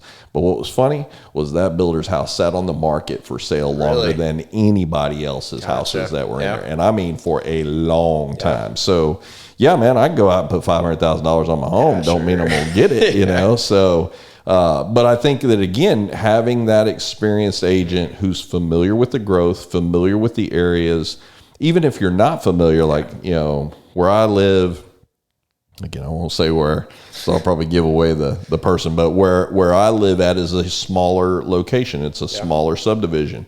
And so maybe that real estate agent has never bought or sold a home over in that area because it is new. But maybe they can also talk to the point of either another agent in their deal that's done a deal through there, or their brokerage that's seen several come through there, to where they can, again, we're talking about that learning of constantly being an evolution of information that's coming and going, and that's changing really daily. You know, so, and again, we skipped over this a little bit. We're talking about the current market here in College Station. You know, we talked about all the marketing and everything that you guys do, that the brokerage does, but currently right now in College Station in the month of May, we are seeing house prices skyrocket. It's crazy. You know, it is absolutely crazy. And I'm talking about from existing homes to new build homes. New build homes are ridiculous. I mean, I'm glad I built my home when I did. But I know some folks who recently were building a home that, you know, was like the process of getting ready to pour a slab and everything, and now all of a sudden, it's daunting. Now all of a sudden that builder's out there going, hey, listen, man, I know we said we could do it at this price, but, you know, lumber prices have now tripled, and that's an expense that I'm not willing to eat for you guys, which most builders wouldn't. You know, most builders are going to come back to the table. You can't expect that from a builder. Especially not on something like wood. Wood is one of those deals that can drive up the price of a house very, very quickly. You know, I could say my oven went up, my refrigerator, and all this kind of stuff, but, man, when you're talking about up your house, though. when you're talking about the bones and the structure of a house, keep the walls up. I mean, I guess I look at it now. Somebody posted a funny little meme on Facebook the other day that they had toothpicks in their hands, and it says, now selling lumber seeds. Don't anybody undercut me because I know what I got in my hand and what the value is, you know. There's memes going around of, you know, a wife saying, hey, take me somewhere fancy for a date, and they end up in the bed of a truck in a lumber yard. Exactly.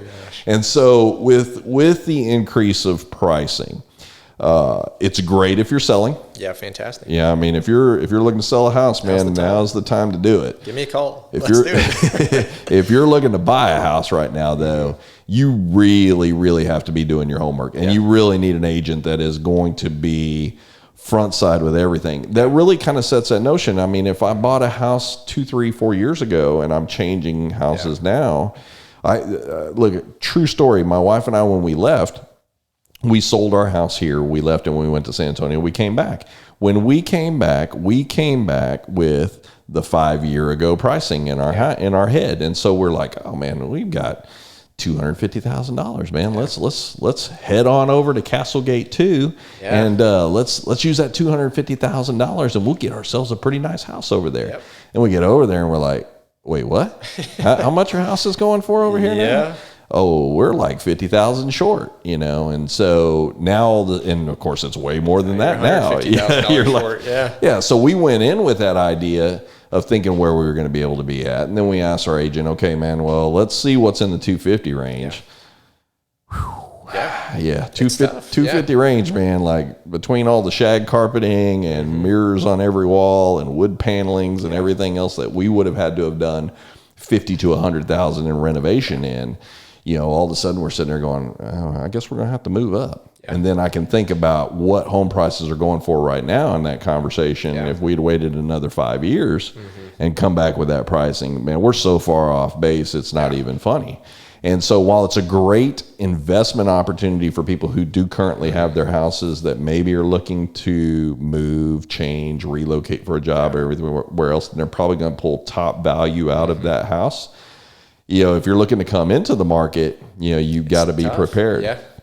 And so when you're dealing with people that, like I said, if you're selling a home, great time to sell a home. Yeah. I would imagine the majority of your transactions been sales or purchases? Purchases. Really? Almost solely, yeah. Nice. Yeah, which has been a struggle lately. Yeah. But, something we kind of try to reiterate to our clients, obviously not an ideal time to purchase a home, right? Right.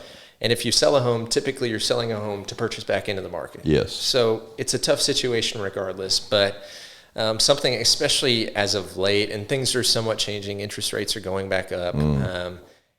Home prices are high, yes, but with the rates that have been in the market and all of the money that's obviously been pumped into the economy, over the long run, you're saving money with the rates. You might be paying high initially, but another thing that you have to keep in mind, like you mentioned, is if you don't get in now, there's no telling where the market's going to be 5 years from now. Yeah. The nice thing about real estate is it's hard to lose. If you purchase a home, as long as you're willing to hold on to it long enough, chances are you're going to get your money back. Yeah, let's assume something, again, but we're talking about College Station as a bubble, but let's just assume College Station wasn't in the bubble and they kind of fell in line with the rest of the homes. And just happen to see home prices start dipping, right? If they dip, but interest rates go up, it's not half dozen this way and a dozen. It doesn't work that way. Now all of a sudden, it's that interest rate alone is of more value to you in financing so much more, than it is of what you're paying on your house over here. Yeah. And for every $10,000 that you're ticking up on your house price, you're saving. You're saving the money over here on your interest rate if you can get a nice interest rate on your house.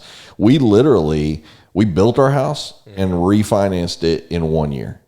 Yeah. Because the rates bottomed out. And we had a decent rate on our house when we built it, but it went low enough that it made sense for us. One of the best rates you'll probably ever see. It made tremendous sense for us to go ahead and refi 1 year in.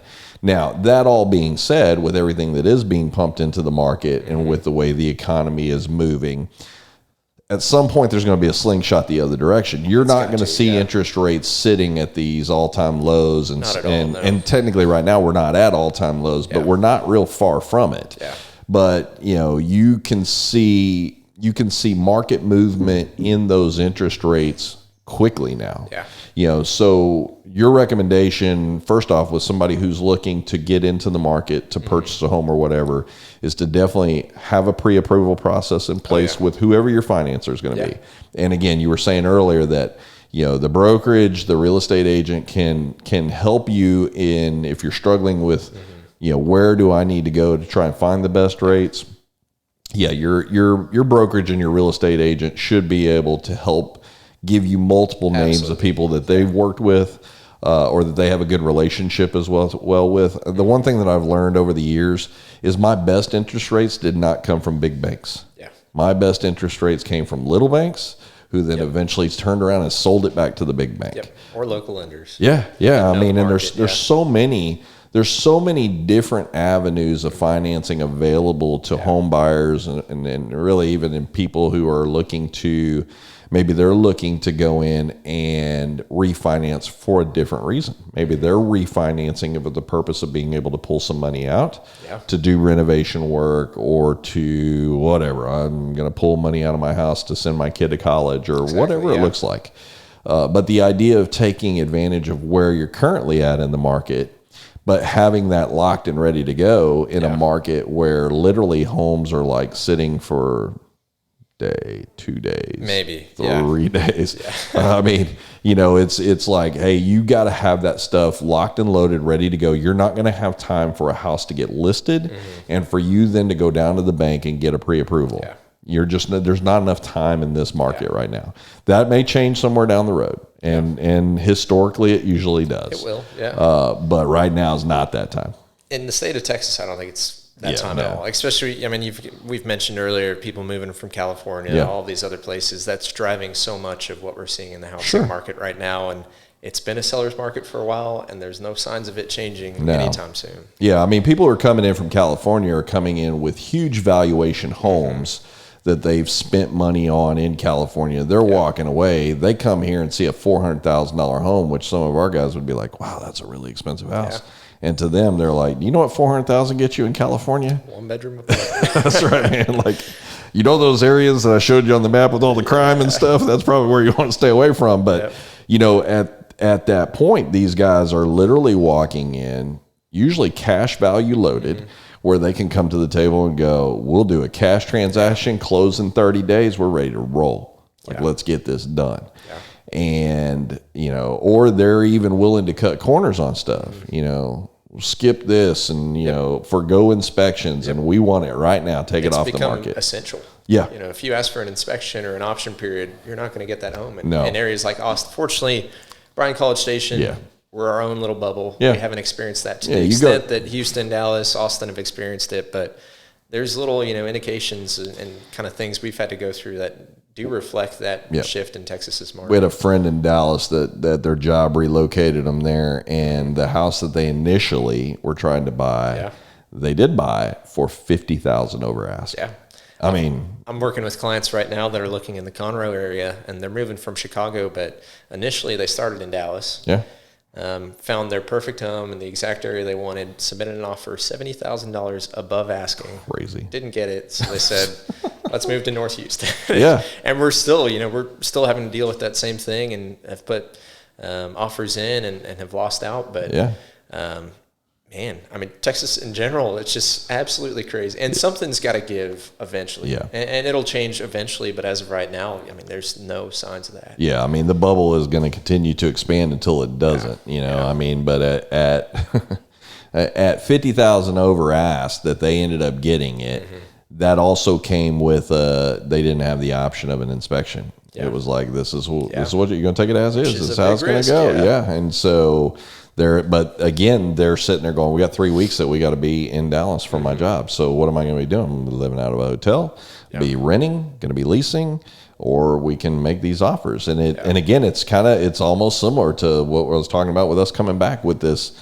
We've got this idea of what the home price is in the area, everybody and then you get in there and then it's like, wow, that's nowhere close to what I thought it was going to be. But if you also are seeing new builds that lumber cost and the expenses are pushing up 10, even 20% valuation on the house, you're going to have to expect that same thing to kind of fall into the market in these other areas. But again, if I'm selling, I want that agent that's going to pull the most money that they can get out of the house. And if I'm buying, I want that agent that's going to give me the best deal out of a house. And sometimes those two don't match up, like you were saying. You know, if I come to the market and I've got a dollar amount in mind and I can't go over that, I may just simply get pushed out of the market just by the overbids that are happening. You know, so again, having somebody locally in the market that knows what's going on, that can also be the voice of reason. I mean, I can remember looking at my agent and just going, man, this is crazy. You're telling me 250,000 buys this over here.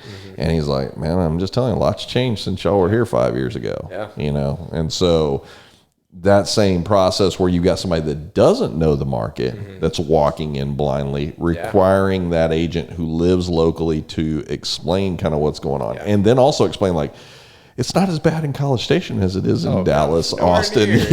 Like, they're like, really? Like, what you're getting over here, you're getting a pretty good value for the dollar that you're putting in. But again, to pinpoint back, it really relies more on what can you do financing wise on that house.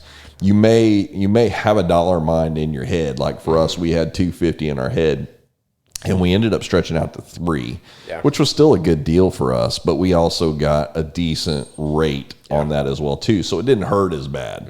So if you can get the great rate in place, if you can utilize that agency, the brokerage to help you if you don't have something lined up, because you're literally going to need to know this stuff on the front side. Like if I come to you and I said, hey, Mitchell, I'm in the market to buy a house, and your first question is, are you guys already pre-approved and ready to go? And they say no. You've got to really kind of start the wheel rolling on that. It's not, well, listen, I can't help you until you're pre-approved. No, It's we're like, going to put them in contact with the lender that day. Let me give you some contacts here that we can get some information going to them, so that then they can give you a pre-approval letter and we can move on from here. But you want to be able to put your clients in the best line of sight to be successful at what they're looking to do. And then when they do, submit an offer, a lot of the times clients aren't in the position to enter into this bidding war and offer more and more and more. So it's important for your agent to know the ins and outs of the contract, know the points of negotiation, and see if we can give in this area.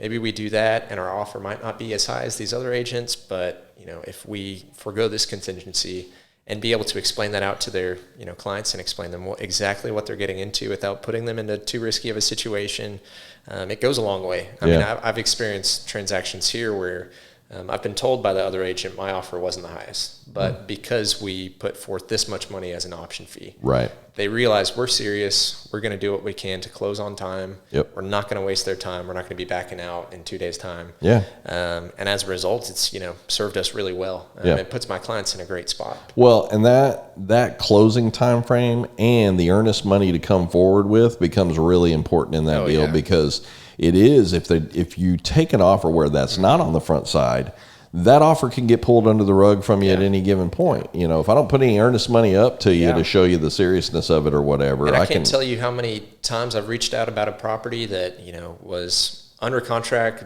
but back on the market though, because all these buyers have gotten cold feet because they're having to rush into the sale because of how hot the market is.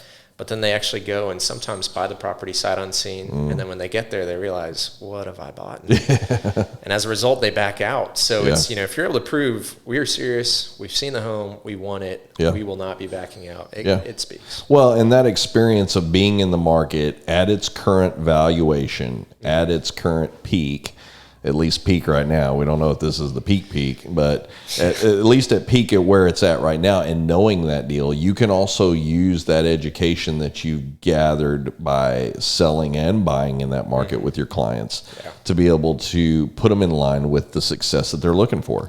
We want to get you a house. We want to get you a house in this area. We want to get you a house in a good school district. We want to get you a house that isn't weighing you down with a payment that you're not going to be able to afford long term or whatever. We want to get you into a property that again, I think that agent being able to take buying a house. I mean, I will tell you one thing: buying a house is very emotional for buyer and seller. And so for the agent to walk in and recognize that, but also not let that make bad decisions or guide in a way that, like, maybe it's the emotion that's telling me, man, just sell it. Like, let's just get out underneath it so I don't have to worry about it anymore. And so all of a sudden that emotion cost them $15,000, because they just dropped it out and just wanted to get rid of it. When you know that the market constitutes, listen, let's don't move on this. Let's try and stay here first. Let's just see what happens. Let's give it a week, give it 2 weeks, and let's just see what happens. Because I'd really hate for you guys to undersell your house and not be able to pocket that money, right? And you'll kick yourself knowing that you easily could have gotten rid of it if you had just waited one more week. or that we found a client within our own organization that is looking for exactly what it is that you're getting rid of. And it becomes more challenging. I mean, I tell Deanna all the time, man, I'm like, you said, man, I saw a market house price for $1.7 million here in College Station the other day. I'm like, who's buying that? Like, which coach is coming to town for A&M? You know, like, but they're getting sold. You're people that are in the market to buy. But again, you're also talking about $1.7 million to somebody coming out of California. Hey, man. That's about normal. Yeah. I just sold mine for 2.3. I'll be more than happy to take that one for you. You know, I mean, so while we see the influx and we see the housing market just on fire right now, even now where you're starting to see COVID really sliding the other direction, people becoming more comfortable, a more return to normal, as normal can be, I guess, at this point. But you're able to get into houses. You're able to physically show. You don't have people that are as reserved about showing their houses or getting them in there to take a look at it, or even being able to get into new builds where those builders are a lot more educated now and like, okay, I know we put signs on the door that nobody could come in, but you know, we feel pretty good now that can pass. And just making your job easier to be the communication point for that customer, because you can instantly link them up with what it is that they're looking for. I would imagine probably your biggest challenge is having the person come to you what they're looking for and it's not available. Or not readily available. You know, and you're just like, almost always now. And then you know, the moment that something comes available that is what they're looking for, if there's not currently something available, there's going to be 7-8 other people looking for that exact same thing. So just being ready and eager and available to go show that property the moment it's listed and put in an offer the same day has been huge. Well, and I think, again, as home builders, as they build properties, if somebody backs out of a home build, even home builders are probably out there like, hey, man, no sweat. You're good. I'm at a point right now that I haven't built walls inside this thing. I can relay this. I can turn it into something that somebody wants or is looking for. I'm not overly committed on this house to a specific floor plan. That type of stuff where they can wiggle one way or the other to help maybe who the next 5 or 6 are that are looking for that house. So let's talk a little bit based on where you're at and what you're seeing in the market right now. 2021, rounding the corner into 2022 at the back end of the year. What is the projection? What's the expectation? I'd be dumb to tell you this is what's going to happen because we have no idea. As of right now, there's really no signs of slowing down. Numbers have been up like crazy. Inventory is low. I think I mentioned to you earlier, I think we're at April this year compared to last year, I think we're at like 1.4 or something like that months of supply of listings compared to, I think it was over 5 last year. Yeah, it's crazy. So there aren't enough sellers to match the demand that we're seeing in buyers. And I don't think that's truly going to slow down. Obviously, we've got the influx of summertime's a really hot time to buy and sell. Sure. Great time for real estate. And things will slow down in the fall and winter. That's, nothing's changed. But interest rates are starting to increase. I've noticed it, a lot of the investors that I've worked with, if this is explicitly for an investment home and they're trying to get lending, Fannie Mae and Freddie Mac have actually come out saying that they're going to limit the amount of mortgages that they buy on the secondary market, which has forced lenders to be a whole lot more cautious in who they lend to because they obviously want their loans to get bought by these giants. So I think we'll see more and more of that. Obviously, with stimulus and everything that's getting pumped into the economy, something's going to have to get taken back. This money's going to have to somehow get back to the government or something somehow. But and as a result, I think the housing market is one of the first things to kind of show that reflection. So as far as where things go, things are still on the up. I do still think it's, if you're looking to purchase a home right now, it's not a bad idea. Don't let the high prices scare you away because there's no telling of whether or not it's going to take a dip anytime soon. Well, the indicators here locally of the things that are happening within the community are all positives for the housing market. I mean, you're going to have in-person education all the way across the board from elementary all the way up to college. They're all going to be in person. The virtual stuff's going to go away, which I would imagine to some extent over the last year or whatever probably pushed at least, probably especially in the rental market more than anything else. I mean, if you weren't positioned well with your rentals and you were in the market with rental property, you probably got ate up if you were not in a position to absorb that. Yeah, because I mean, where if I've got a kid in college and I can keep them at home and they can do everything virtually through school, I mean, there's no reason for me to be paying X $1,000 out to rent when I can keep them at the house and they can do it all from there. Yeah. So knowing that that's going to come back in, I'm sure the rental properties that are out there for guys that were either just hanging on by the tips of their nails, or for even some of the companies that are out there that were well positioned, but prior to COVID, they were seeing 90%, occupancy that during COVID dropped down to 70%, which was a huge hit on them, but they had positioned themselves in that investment world to be able to still absorb that for a while. Yeah. Maybe they had to drop rent down a little bit. That was probably the one thing I would say is during COVID, the one thing that probably didn't skyrocket north was rent prices. Yeah. But I think you're going to probably see that exact opposite happen once everything goes back to in-person as well too. Vaccinations are hitting the market here, where we're starting to see people releasing, obviously the governor and everything else releasing mask mandates. Yep. And so as the normalcy kind of comes back, so does the speed of everything. And where you have markets that are out there like California, New York, places where the extreme is still in place and these guys are in mass exodus to areas that suffering. I mean, those guys are going to push not just money into the economy through home purchases and driving up those prices, but they're also going to bring money into the economy that the economy needs as well to be able to survive. And we've gone long enough in the economy here locally, especially in the restaurant industry, the gym industry, the bar industry, that those guys have taken it on the chin. Yeah. They're probably looking forward to a normal school year and a return to normalcy that will allow them then to flex back in where they were prior to COVID. Yeah. And I think they will. Yeah, and so that's also for Cedar Frame as well too. Mm-hmm. We'll also put on the horizon other opportunities as well to be able to see the market growing. Which then will allow better opportunities as well to put their real estate agents in line with people who can come in, go through the transaction seamlessly. Your goal, like you're saying, as the agent is I want it to seem like everything went off without a hitch, and all the stuff that was hitches, I handled on the backside. I handled it all on the backside. Exactly. So.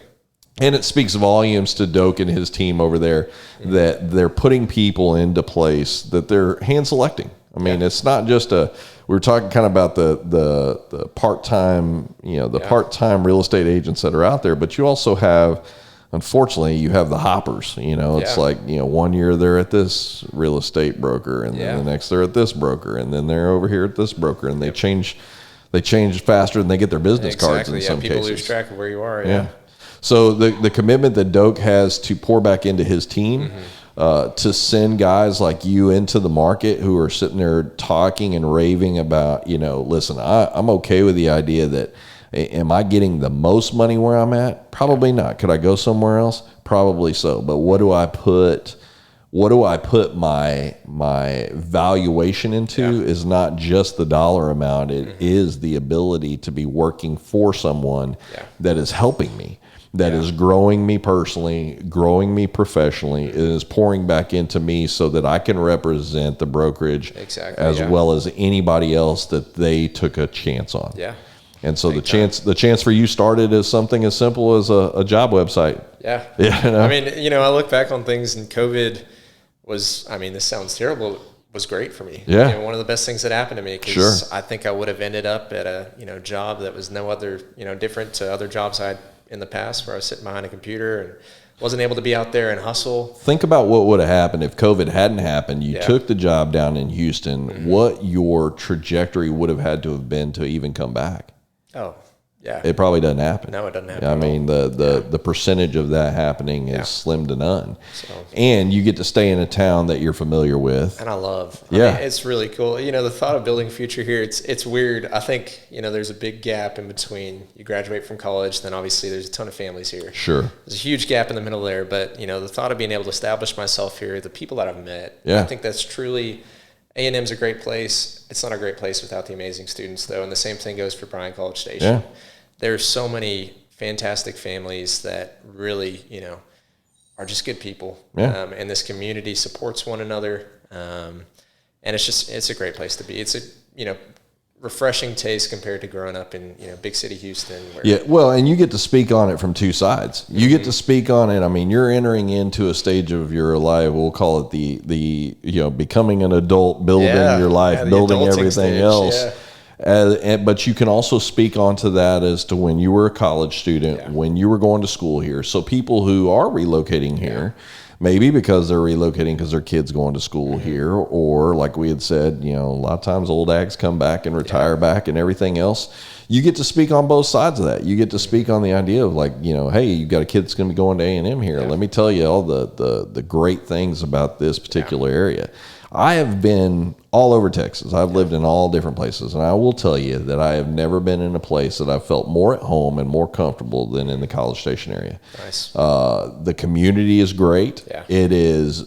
It's not huge. It's just big enough. That's perfect size. Yeah. I mean, you know, outside of our mall, we could probably do a little bit better with our mall, but, you know, outside nobody needs those anymore. Come on. Everything's online. Just, you know, the Costco's coming, man. I'm excited about that. There you go. But now that you've got a town that really feels like a small town community, and when things happen, people come to the forefront of that. You know, you see it every day when we talk about recovery of business. I mean, you know, I'm looking at these businesses. I think Zond was one that recently, you know, it's like, I got to pay X or I'm going to have to close my business. And then boom, man, the community jumps behind.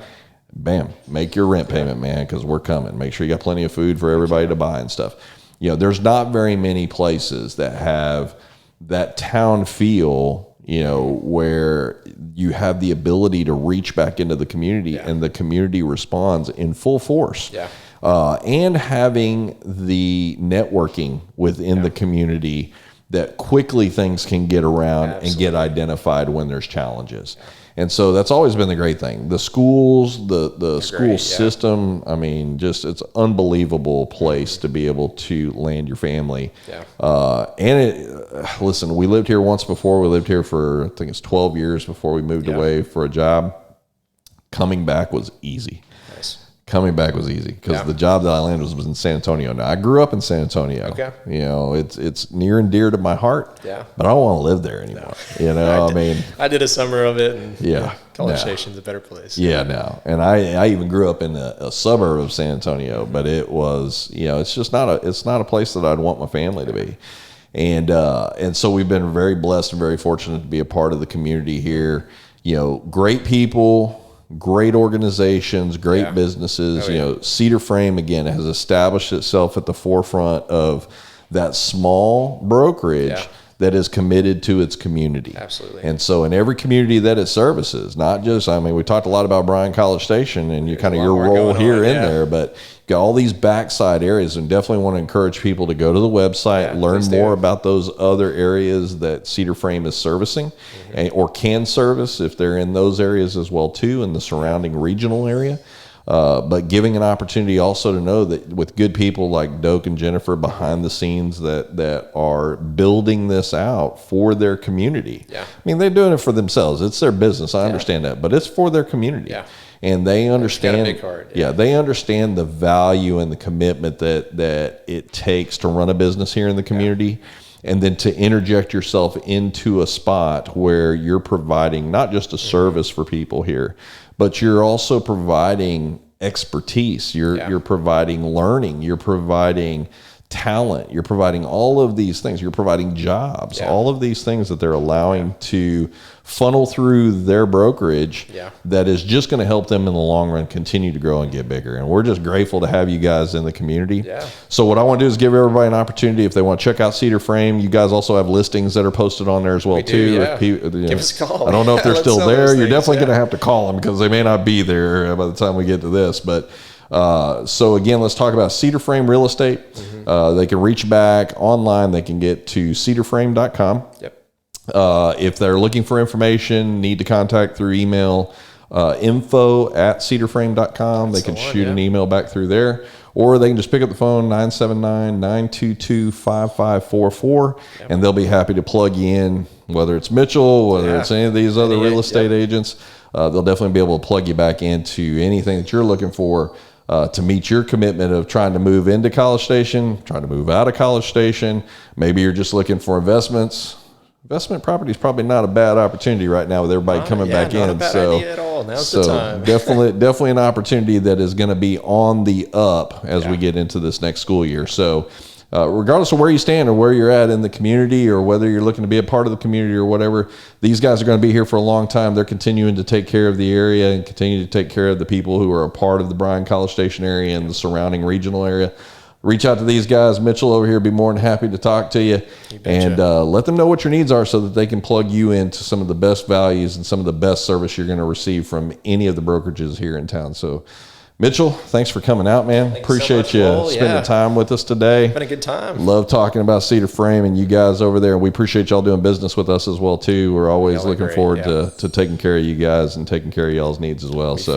We just look forward to a great finish to 2021 for you guys. Great year so far. And an obvious big pop start probably to 2022 if we keep going this way. So you're gonna get in at what we thought was the bottom and ride this thing up to the top, man. So, but I'm just grateful for you coming in and talking about Cedar Frame today. So we appreciate your time, guys. Y'all have a great day. Thanks so much.